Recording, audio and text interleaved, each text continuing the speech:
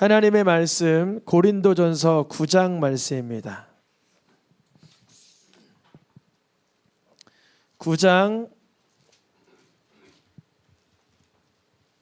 20절에서 23절까지 말씀입니다. 한 절씩 교독하여서 읽겠습니다.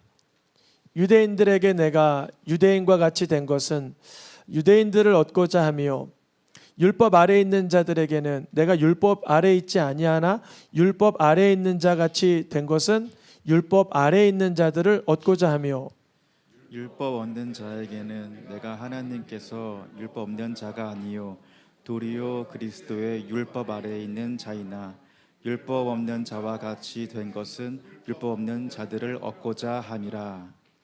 약한 자들에게 내가 약한 자와 같이 된 것은 약한 자들을 얻고자 하며 내가 여러 사람에게 여러 모습이 된 것은 아무쪼록 몇 사람이라도 구원하고자 함이니 내가 복음을 위하여 모든 것을 행함은 복음에 참여하고자 함이라.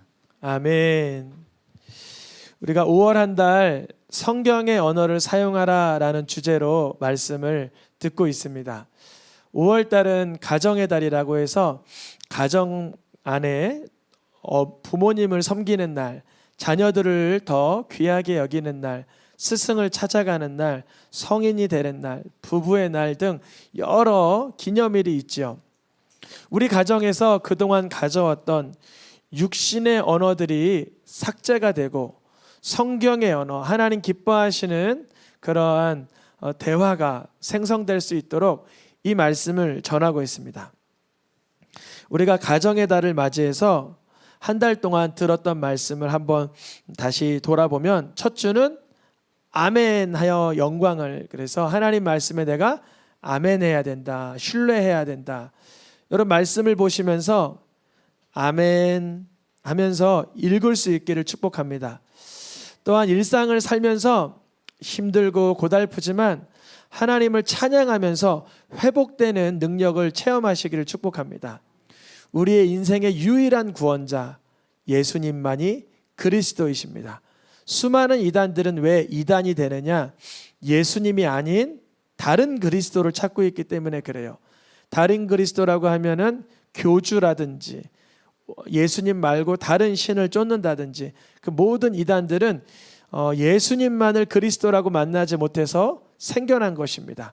여러분 예수님이 나의 생명의 영혼의 구원자이심을 분명히 체험하기를 축복합니다. 지난주는 부부의 날 한 몸이 될지니라. 우리 부부마다 주님께서 한 몸으로 부르셨는데 여전히 틀그덕거리고 갈등이 있다면 한 몸 되게 해달라고 예수님을 만나시길 축복합니다. 예수님을 내 마음에 모시기를 축복합니다. 오늘은 5월 29일 마지막 주일은 영국의 송기호 목사님께서 오시는 날인데 코로나 백신을 안 맞으셔서 일주일을 통째로 격리하셔야 된다고 하더라고요. 그래서 격리 해제 날이 내일까지 격리하시고 모레예요. 그래서 다음 주에 모시기로 했습니다. 그래서 다음 주에 오전 예배 말씀 전해주시고 식사를 도시락으로 간단히 다 같이 먹고 오후 1시에 오후 집회에서는 기도와 안수 시간까지 이렇게 가지려고 합니다. 많은 성도님들 동참하셔서 특별히 안수 받고 또 은혜, 은사, 치유, 응답, 능력 받기를 축복합니다. 오늘은 원래 없었던 주간이잖아요.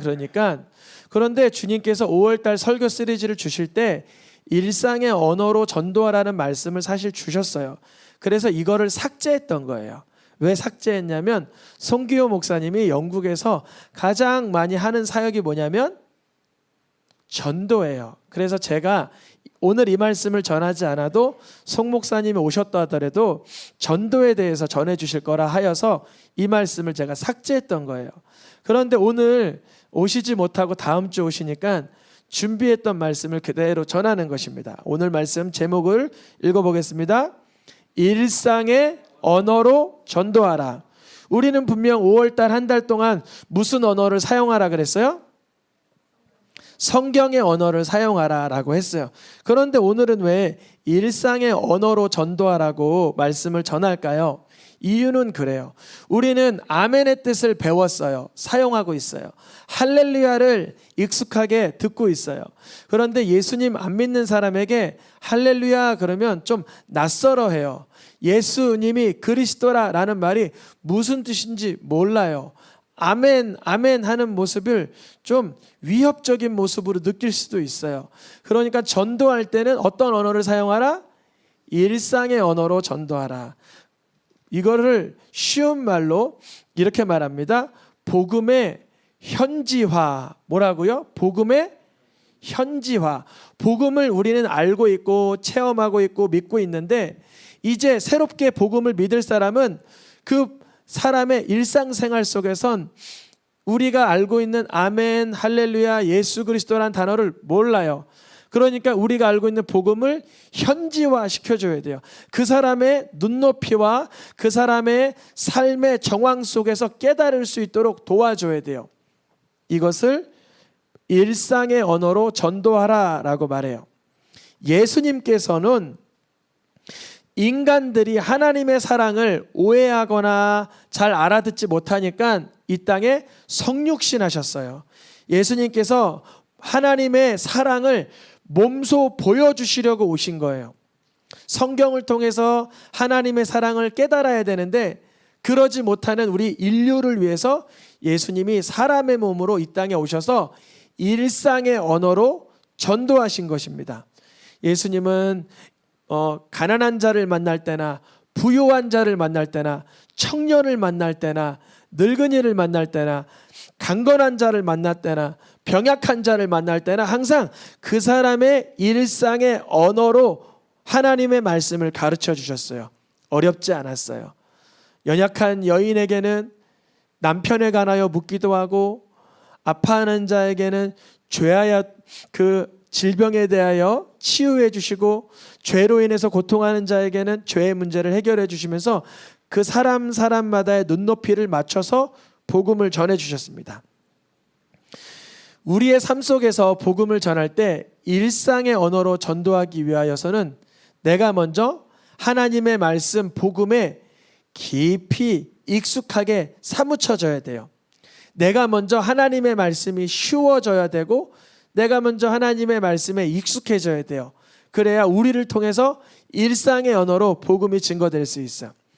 우리 아이들에게 이유식 먹일 때 엄마가 입에서 오물오물 하다가 다 갈아진 걸 주기도 하고 믹서기에다가 갈아가지고 이유식을 만들어 주듯이 우리가 복음을 전할 때는 그 사람에게 가장 쉬운 방법으로 그 사람에게 가장 익숙한 방법으로 복음을 전해야 됩니다. 성경에서도 예수님께서 복음을 전하실 때 일상의 언어로 복음을 전하는 장면이 등장하는데 대표적인 상황이 비유의 말씀입니다. 비유. 마태복음 13장, 마가복음 12장, 누가복음 18장에 예수님이 복음을 전할 때 무엇을 자주 사용하셨어요? 비유. 이 비유를 드실 때 그 시대에 사람들이 익숙하게 들을 만한 이야기를 가지고 비유를 드시는 것입니다. 예를 들어 밭농사하는 사람들이 많을 때는 밭의 비유를 사용하시고 또 포도원을 만드는 사람들에게는 농부의 비유, 포도원의 비유를 알려주시고 사람들이 기도에 대해서 가르쳐 달라고 할 때는 그 당시에 아주 못된 관료들이 연약한 과부들을 돌아보지 않았던 그러한 상황들. 그래서 과부가 부탁을 드릴 때는 열심히 끈기 있게 부탁을 해야 그 응답을 받았던 상황들을 비유로 말씀하시면서 하나님의 말씀을 가르쳐 주셨어요. 비유를 통해 천국을 알려주시고 비유를 통해 기도를 알려주시고 예수님은 일상생활 가운데 만날 수 있는 사건이나 그런 상황을 가지고 비유로 풀어주신 거예요. 저도 아이들이 하나님 나라에 대해서 천국에 대해서 구원에 대해서 질문할 때 아이의 눈높이에 맞게 알려주려고 애를 씁니다. 우리 성도님들도 주변에 복음 전할 대상이 있다면 그 사람의 눈높이에 맞게 복음 전하게 해달라고 기도하면 주님께서 어떠한 지혜와 통찰력을 주실 줄 믿습니다. 예수님께서 이 비유를 통해서 사람들에게 복음을 전할 때 그런 사람들이 듣기가 항상 쉽고 다 이해를 했을까? 또 그렇지만은 않아요. 그 고린도전서 말씀에 보면 이렇게 되어 있어요. 노란 글씨만 읽어보겠습니다. 오직 성령께서 가르치신 것으로 하니 영적인 일은 영적으로 분별하느니라. 그러한 일은 영적으로 분별되기 때문이라. 예수님께서 비유의 말씀을 통해서 일상의 언어로 복음을 전해 주셨는데 때로는 사람들이 이해하지 못했어요. 아주 쉬운 방법으로 비유를 들어서 하나님 말씀을 가르쳐 주시는데 이해하지 못했어요. 그 이유는 성령이 그것 또한 조명해 주시고 성령이 가르쳐 주셔야 되기 때문입니다. 요한복음 10장 6절에 비유로 가르쳐 주셨는데 사람들이 알지 못했다 그래요. 이 비유가 뭐였냐면 양 우리의 비유였어요. 양 우리의 비유. 예수님이 목자이고 너희는 양떼이니 내가 너희를 돌보리라, 이런 말씀이었는데 그 말씀을 듣고 사람들은 이해하지 못했어요. 우리가 일상의 언어로 복음을 전한다고 해서 우리의 이해력을 동원하여 전달하면 그 사람이 쉽게 이해하리라고 생각하면 오산이에요. 어떻게 해야 되냐면 그 사람의 눈높이에 맞게 복음을 전하지만 그 순간도 주님의 뜻이 그 사람에게 이해가 되고 깨달아질 수 있도록 성령을 구해야 되는 거예요. 성령님, 이 사람이 죽음과 심판, 천국과 지옥에 대해서 관심 없는 사람인데 관심이 있게 해주시고 이 사람이 쉬운 복음으로 말씀을 전한다 한들 듣지 않으니 귀가 열리게 해주세요 라고 간구하면 성령의 역사가 나타납니다. 우리가 그런데 때로는 열심히 비유를 들어서 사용하고 일상의 언어를 가지고 복음을 전하지 않아도 때로는 놀라운 깨달음, 거듭나는 역사도 나타납니다. 제가 어쩔 때는 복음을 전할 때 좀 강하게 전할 때도 있어요. 그런데 강하게 전하는데 이상하게도 쉽게 전할 때는 깨닫지 못했던 사람이 그 순간 충격을 갖고 하나님이 정말 계신가 보다, 천국과 지옥이 있는가 보다, 내가 정말 죄인인 게 맞는가 보다, 예수님이 날 위해 십자가에서 죽으신 게 맞구나라고 복음을 복음대로 받아들이는 경우가 있어요. 그게 바로 성령의 역사이죠. 그러니까 이런 거예요. 우리는 일상의 언어로 복음을 전하기 위해 애써야 돼요. 그러나 성령의 역사를 사모해야죠. 그러면 성령의 역사와 우리의 수고를 통해서 한 영혼이 복음을 전달받아서 거듭나는 역사가 일어나는 것입니다. 오늘 본문에 사도 바울이 그랬어요. 사도 바울은 유대인이었어요. 고린도전서 9장 20절 말씀에 사도 바울은 유대인이었어요. 그러니까 사도 바울은 유대인이니까 유대인들에게 예수님을 전하기가 참 좋았어요. 그런데 정통 유대인들은 예수님을 안 믿어요. 오늘날에도 지금 비행기 타고 이스라엘에 가면 유대인들에게 예수님 믿으세요 그러면 뺨 맞아요. 유대인들에게 예수님이 그리스도라 그럽니다. 그러면 가만히 있지 않아요. 여러분 이제 내년이면 이스라엘 열리는데 지금 이미 열렸는데 전도할 때 기도를 많이 해야 돼요. 왜냐면 이들이 돌을 던질 수도 있어요. 왜냐면 예수님이 자신들의 구원자라는 걸 너무나 치욕스럽게 생각해요. 십자가에 죽은 양반이 무슨 유대인들의 구원자입니까? 그래요. 그런데 사도 바울이 자기가 누구같이 된대요? 유대인처럼 행동한대요. 사도 바울은 할례 받은 사람이에요. 사도 바울은 유대인의 전통을 아는 사람이에요. 사도 바울은 그 혈연이 유대인이라는 거예요. 그런데 유대인들 중에 예수님을 믿는 유대인이 됐어요. 사도 바울이. 그것을 메시아닉 주라고 해요. 주라고 하는 건 유대인의 표현하는 거고요. 그러니까 메시아닉, 예수님을 메시아로 믿은 유대인이에요. 사도 바울은. 그러니까 더 이상 유대인처럼 유대인의 전통과 유대인의 문화를 그렇게 귀하게 여기지 않아도 되는 상황이에요. 그러나 유대인들에게 예수님을 전하고자 할 때는 유대인 같은 형편이 된다는 거예요. 오늘날에도 이스라엘에 가서 유대인들 중에 예수님 믿는 공동체에 가면 예배를 언제 드리냐 보면 토요일 날이나 금요일 날 저녁에 드립니다. 우리나라는 언제 드려요? 일요일 날 드리죠. 우리는 뭐 주일, 예수님을 주님이라고 고백하니까 로드데이라고는 하지만 사실 썬데이라고도 일반 사람들이 얘기하죠. 그래서 저는 가끔 전도할 때 교회에 주일 날 오세요 그럴까요? 일요일 날 오세요 그럴까요? 여기서 갈등이에요. 여러분, 제가 만약에 누구에게 전도하는데 여러분 일요일 날 교회 꼭 오세요 그러면 목사님이 거룩하지 못하게 무슨 주일을 가지고 일요일이라 그래, 판단하면 안 되는 거예요. 왜냐하면 저는 일상의 언어로 전도하고 있는 거예요. 그 사람은 주일이라 그러면 그게 좀 와닿지 않을 수도 있고 거리낌이 생길 수도 있어요. 그래서 일요일 날 우리는 예배드립니다. 그러면 안식교는 왜 이단이에요? 토요일 날 예배를 드려야 구원 얻는다고 하니까 그게 이단인 거예요. 토요일 날 예배 드려야 구원 얻어요. 금요일 날 유대인들처럼 밤에 예배 드려야 구원 얻어요. 일요일 날 예배 드려야 구원 얻어요. 주일 날 예배 드려야 구원 얻어요. 예수님을 나의 그리스도로 믿어야 구원 얻어요. 가장 마지막 거예요. 가장 마지막, 예수님이 나의 구주가 된 것을 알면 때로는 일요일 날 예배 드리지만 때로는 유대인 공동체에 갔을 때는 토요일 날 예배 드리거나 금요일 날 밤에 예배 드리는 경우도 발생해요. 당신들이 틀렸다라고 말할 수 없어요. 이것은 성경학자들 가운데도 논쟁이 있는데 토요일 날 예배해야 되냐 일요일 날 예배해야 되냐 문제가 아니라 어느 날 예배 드리든 부활하신 예수님을 나의 그리스도로 믿고 예배 드리느냐 이걸 물어봐야 되는 거예요. 너무 중요해요. 그런데 우리 새생명 공동체는 일요일 날 예배 드려요? 토요일 날 예배 드려요? 일요일 날 예배 드려요. 왜냐하면 가장 많은 분들이 예배 드릴 수 있는 날이 언제예요? 일요일이기 때문에 그런 거예요. 그러면 제가 일반인들에게 복음 전할 때 여러분 우리 교회에 꼭 일요일 날 주일 날 와서 예배 드려야 구원 얻습니다 이렇게 말해야 돼요. 그 사람의 형편이 현재 지금 수요일 예배 드려야 되고 아니면 긴급해서 새벽에 예배 드려야 되고 하면 그 사람들의 상황에 맞게 또 재해석해서 알려줘야 되는 거예요. 그게 바로 사도 바울이 유대인들에게 했던 일이에요.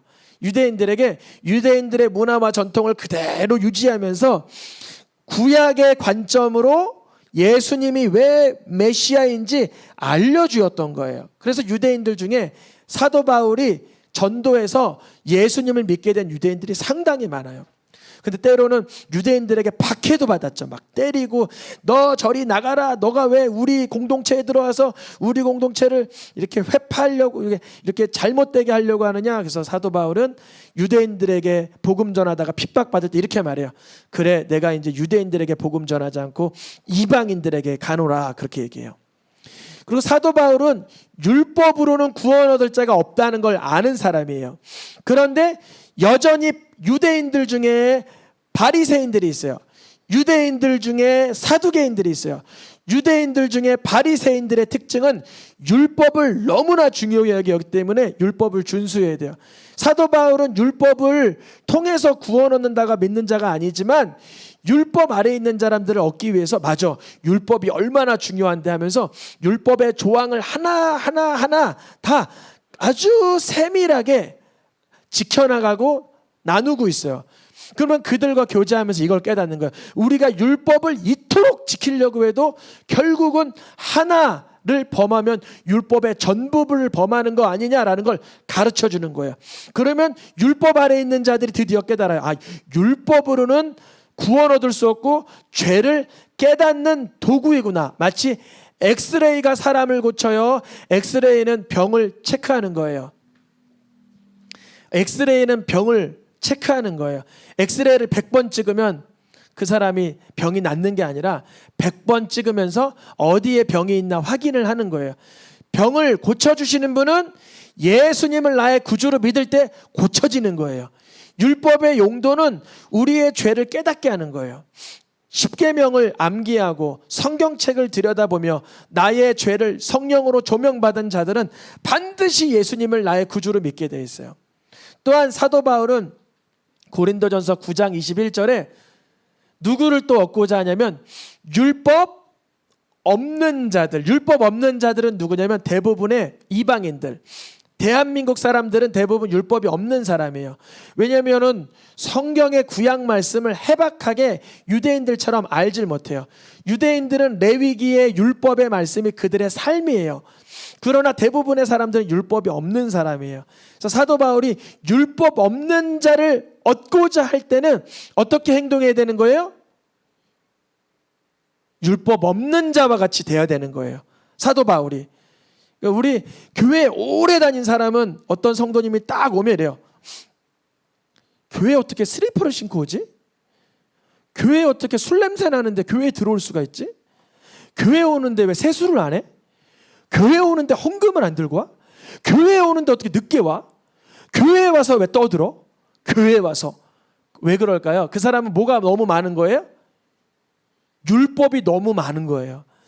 누군가 교회에 왔는데 그 사람은 율법을 들어본 적이 없어요. 교회에 와서 어떻게 행동해야 되는지 태어나서 한 번도 경험이 없는 사람이에요. 그런데 그 사람에게 가서 바리새인을 대하듯이 율법 있는 자들을 대하듯이 하면 그 사람에게는 어떤 영향력이 되냐면 화들짝 도망가게 만들어요. 새생명교회가 부흥하길 원하십니까? 만약에 부흥하길 원하신다면 새로 오는 분들 중에 예수님을 깊이 만난 분이 있어서 건실하게 믿음 생활할 수도 있지만 율법을 한 번도 들어본 적이 없어요. 어떻게 사랑해야 되는지, 어떻게 헌신해야 되는지, 어떻게 예배드려야 되는지를 못 들어본 사람도 있어요. 그런 사람들에게 복음을 전할 때 어떻게 될까요? 일상의 언어로 가르쳐줘야 되는 거예요. 하나하나씩 차근차근히. 아니요, 안 가르쳐줘도 보면서 깨달아요. 모든 사람이 점잖게 왔는데 내가 좀 너무 프리하게 하고 오면 다음엔 조금 더 캐주얼하게라도 와야 되겠다. 캐주얼하게 하다가 좀 더 이 분위기에 맞춰 봐야 되겠다. 이런 생각을 하게 돼요. 또 사도 바울은 약한 자가 아니에요. 하나님 앞에 강건한 자예요. 담대한 자예요. 그런데 교회에 오시는 분들 중에 가끔 약한 자가 있어요. 약한 자. 약한 자는 뭐냐면 마음이 약할 수도 있고 몸이 약할 수도 있고 믿음이 약할 수도 있어요. 그러면 그 약한 자를 얻기 위해서는 약한 자의 일상의 언어를 사용해 줘야 되는 거예요. 그를 배려하고 그의 고뇌함을 들어주고. 이번 주에 일상의 언어로 전도하라라는 말씀이 전해질 걸 알고 이번 주에 어떤 분이 기도 부탁을 하셨어요. 기도 부탁을 하셨는데 한 가지 저에게 부탁하시며 기도 부탁을 하시는데 뭐냐면 그분이 교회 다닌 적이 없는 분이고 그분이 지금 믿음 생활을 해본 적이 없는 분이라 평범한 말로 기도 좀 해달라 그러시는 거예요. 그분은 지금 병실에 1인 병실에 계신 지 저쪽 병원에 한 3달 되셨어요. 2달, 3달 되셨는데 너무나 마음이 무너져 있고 낙심하고 있는 상태니까 기도 좀 해주세요 하는데 부탁을 일상의 용어를 좀 사용해서 그렇게 기도 부탁하시더라고요. 이번 주 설교가 일상의 언어로 전도하라는 걸 어떻게 하나님은 뭐 이미 아셨겠지만 아시고 그래서 한참 고심하면서 일상의 언어로 그렇게 기도를 했어요. 어떻게 했냐면 하나님 저는 아무개예요. 참 힘들어요. 힘들고 힘드니 내 마음을 좀 붙들어 주세요. 내가 힘날 수 있게 용기를 좀 부어주세요. 외롭고 지치기도 해요. 그런데 빨리 내가 잘 될 수 있도록 좀 도와주세요. 의사들이 하는 것도 잘 되게 해주시고 하나님의 기적도 나타나게 해주세요. 예수님이 날 위해 죽으셨다는 그 말씀을 내가 의지하면서 기도합니다. 예수님 이름으로 기도합니다. 아멘. 원래 같았으면 제가 이렇게 했어요. 천지 만물을 만드신 아버지 하나님, 나는 주님의 전능하심을 믿사오니 오늘 이 시간 예수님의 보혈의 피를 힘입어 그 손을 안수하여 주사 내 속 깊은 데서부터 치유하여, 이렇게 좀 제가 쓰는 원래의 그 언어가 있어요. 근데 될 수 있으면 그런 언어를 피하고자 애를 쓰는 거예요. 왜냐하면 약한 자를 얻어야 되니까. 그게 바로 일상의 언어로 복음을 전하는, 전도하는 거예요. 일상의 언어로 전도하는 것은 참 좋은 이유인 것은 뭐냐면 우리 성도님들마다 살고 있는 지금 정황이 다 달라요. 어떤 분은 학교 다니고, 어떤 사람은 회사 생활하고, 어떤 사람은 사업을 하고, 어떤 사람은 동네의 가정주부예요. 그러면 그 사람들마다 일상이 다 달라요.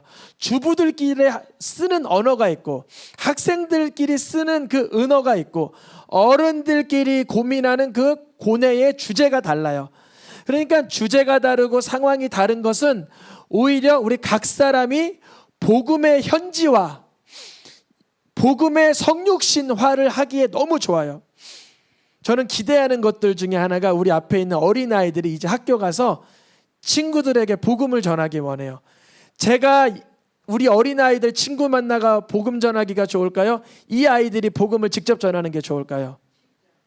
맞아요. 제가 복음을 전해서 우리 교회에 오라 그러면 이렇게 되는 거예요. 엄마, 웬 아저씨가 나를 데려가려 그러는지 자꾸 어디로 오래. 이렇게 되는 거예요. 그러면 이 아이는 내가 예수 전한 건 쏙 빼먹고 나쁜 아저씨가 되는 거예요. 그런데 어린아이들이 전하면 엄마, 내 친구가 다니는 교회가 있는데 걔가 한번 와보래. 간식도 참 맛있고 좋은 친구들도 많대. 잠깐 갔다 오는데 마음도 행복해진대. 가볼까? 이 복음의 현지화, 복음의 성육신화, 일반적인 언어로 복음을 전하는 거죠.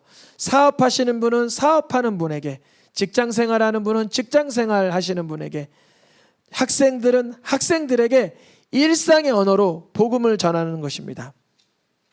우리가 복음을 전할 때 고린도전서 14장 9절 말씀에 이렇게 써 있어요. 같이 노란 글씨 읽어보겠습니다. 알아듣기 쉬운 말을 하지 아니하면 그 말하는 것을 어찌할리요? 즉 사도 바울이 복음을 전할 때 율법 없는 자에게 율법의 용어를 다 사용하면서 복음 전하면 못 알아듣는 거예요. 반대로 종교 생활을 오래 하신 분에게, 믿음 생활을 오래 하신 분에게, 알고 보니까 예수님을 구주로 못 만났어요. 그런 분에게는 어떠한 성경적인 용어를 다 사용해도 되는 거죠. 일주일 전에 어떤 분이 지나가다가 우리 새생명교회에 오셨어요. 그런데 어느 교단에서 이렇게 여호와의 증인에서 몇 년 있으시고, 또 그 아시는 분은 아시겠지만 워치만리 위트리스리 그 가정교회에서 몇 년 있으시고, 개인적으로 코로나 기간에 몇 년 믿음 생활하셨어요. 그러니까 이분은 성경의 용어를 다 알아요, 몰라요? 저보다 더 잘 알죠. 그래서 다 듣고 나서 한 말씀 드렸어요. 예수님을 구주로 믿으면 이 모든 것이 감사함이죠. 그분이 갖고 있는 고뇌가 이거더라고요. 대형교회 목사님들에 대한 그 비관적 인식, 기성교회에 대한 낙심적인 마음, 이런 마음이 많으시더라고요. 그래서 다 일단 듣고 그 언어를 다 해석을 하면서 예수님이 구주라는 것을 믿어야 되는 것에 대해서 다시 한번 종지부를 찍고 이렇게 귀가하셨습니다. 때로는 어떤 분들은 너무 많은 것을 알아서 내가 아는 게 전부라고 여기고 예수님은 알지 못하며 정작 예수님을 만나지 못하고 내 종교적인 열심이 마치 신앙이냐라고 생각할 수도 있어요. 근데 그분에겐 또 그분에 맞는 신앙의 그 연륜에 맞게 복음을 전하는 것이죠. 우리 성도님들이 일상의 언어로 전도하실 수 있기를 축복합니다. 하나님의 사랑, 하나님의 말씀을 일상의 언어로 우리에게 전달해 주신 분이 바로 예수 그리스도이십니다. 예수님은 우리 인생들이 하나님의 사랑의 그 진한 깊이를 알지 못하니까 사람의 몸을 얻고 이 땅에 오셔서 죽어주시기까지 하나님의 사랑을 보여주신 거예요. 마가복음 10장 45절 말씀에 보니까 노란 글씨 읽어보겠습니다. 자기 목숨을 많은 사람의 대속물로 주려 함이라. 여러분, 복음 전하기가 참 쉬운 게, 우리는 불경을 읽는 게 아니고 우리는 때론 어떤 종교 서적을 읽는 게 아니라 역사적으로 AD와 BC를 가르셔서 이 땅에 역사적으로 오신 그 예수님이, 구약의 모든 말씀이 예수님을 예표하고 있고, 그런데 그 예수님이 죄가 없으셔서 죽지 않으셔도 되는데 우리의 모든 죄를 대신하여 죽으셨다. 이 복음은 정말 복음의 성육신, 복음의 현지화, 어린아이들부터 어른에 이르기까지 그 누구라도 당신을 위해서 죄 없는 분이 죽어주셨다라고 하면 단번에 사랑을 깨닫게 되는 거예요. 그 누구도 나를 위해서 죽어주기까지 하신 사랑을 체험해 본 적이 없는데 예수님이 나를 위해서 대속물로 오셨다라고 이 복음을 들으면 두 가지겠죠. 정말 그런 일이 있었어요? 믿는 분. 말도 안 돼. 그런 사랑이 어딨어. 2000년 뒤에 태어날 나를 어떻게 알다고 그 양반이 날 위해서 죽어. 이렇게 반응하거나. 그래서 사도 바울이 사도행전에서 예수님의 죽으심과 부활을 전할 때 항상 사람들의 태도는 두 가지로 나눠졌어요. 더 듣고 싶어요? 아니면 조롱하고 무시하거나. 여러분은 어느 부류에 속합니까? 저도 조롱하고 무시했던 사람이에요. 예수님이 뭘 날 위해 죽어? 내가 예수님이 나 때문에 죽을 이유가 어디 있어? 2000년 전에 그분이 이 땅에 오셔서 나를 어떻게 한다고 죽어? 이렇게 인간적으로 들었지만 제가 말씀을 듣다가 성령께서 내가 죄인인 걸 깨닫게 하시고는 이 죄의 문제 어떻게 하지? 이대로 죽으면 난 지옥 인생인데 하나님이 정말 계시다면 나는 심판받아 마땅해. 누구에게도 말 못할 부끄러운 일이 내게 얼마나 많은데 어찌하면 좋을까? 라고 하고 있을 때 예수님의 십자가의 대속물로 죽어주신 사건이 내 사건으로 불쑥 믿어지게 돼버렸어요. 그때로부터 죄의 옥죄였던 게 떠나가고 해결하지 못했던 죄의 문제가 떠나가고 병이 떠나가고 제가 병이 참 많았던 사람이에요. 몸도 약하지만 성품도 부족하지만 모든 게 다 이렇게 부조화였던 연약한 인생이었어요. 예수님을 인격적으로 만나고 많은 부분이 치유되고 회복됐습니다. 예수님을 일상의 언어로 오신 예수님을 나의 구주로 믿기를 축복합니다. 마지막 말씀 요한복음 6장 51절 노란 글씨만 읽고 마치겠습니다. 시작. 내가 줄 떡은 곧 세상의 생명을 위한 내 살이니라. 아멘. 떡 먹는 거죠. 먹는 거 맛있죠. 먹으면 힘이 생기죠. 너무나 쉽죠. 그런데 그게 예수님의 살이라는 거예요. 그때 유대인들은 또 못 알아들었어요. 비유의 말씀을 들어서 일상의 언어로 이렇게 복음을 전하는데도 아니 당신 살을 우리가 어떻게 뜯어 먹어요? 막 이렇게 반응했어요. 당신 피를 우리가 어떻게 마셔요? 이렇게 반응했어요.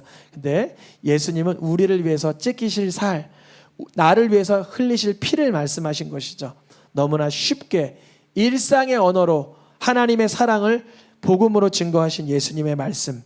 오늘날에도 이 말씀을 믿으면 하나님의 역사가 나타납니다.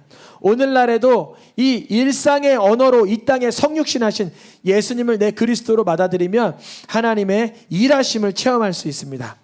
우리 시간 찬양하며 기도하겠습니다.